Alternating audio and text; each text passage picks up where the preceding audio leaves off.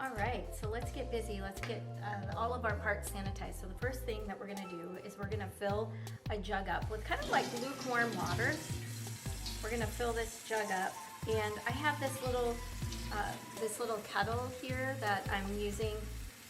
Instead of, you could completely do this in the sink, but I am using this kettle so that I can isolate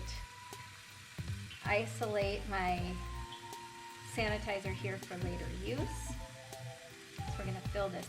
And again, while we're filling this up, I'm gonna talk about the importance of sanitizing. Sanitizing is so critical to this process. It makes sure that all of our parts are good and clean so we don't have any bad bacteria getting in. So what I'm gonna do is I'm gonna pour 1 gallon of water back into my little kettle here.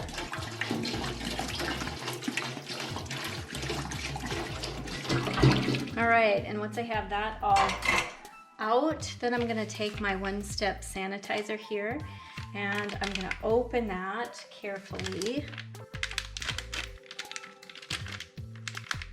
And then from there, you'll see it's a little bit of a powdery mixture.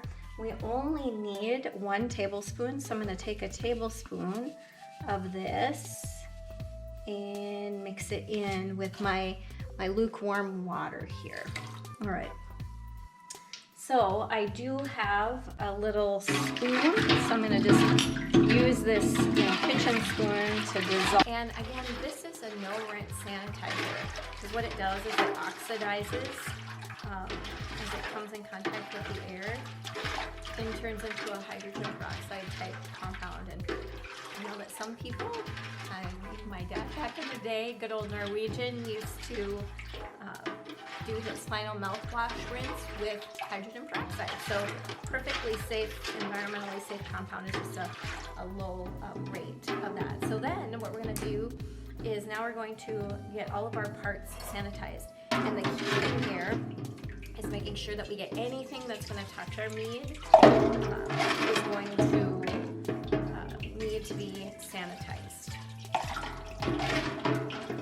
So I'm gonna fill this jug up with sanitizer, maybe about the halfway point, because then what I can do once it's to that halfway point is I can rinse it out a little bit like this and get to that neck, just making sure that all of the surfaces are completely rinsed.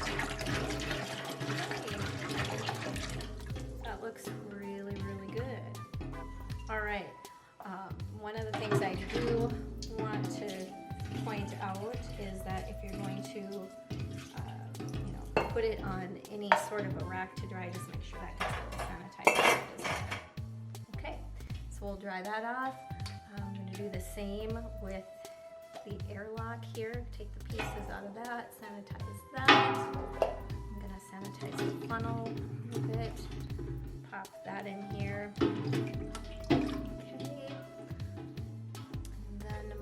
Test jar, get that in here. And also at this point, I'm going to do my hydrometer as well. These are the things that I need for the mead right now. I'm not going to do the bottling one or the hydrometer because those are, we won't need them quite yet. We won't need them until after fermentation and bottling. So I'm just going to take these out of here, let them dry after they've been rinsed with the sanitizer. Let them dry for a little bit. They do not need to be rinsed with water after.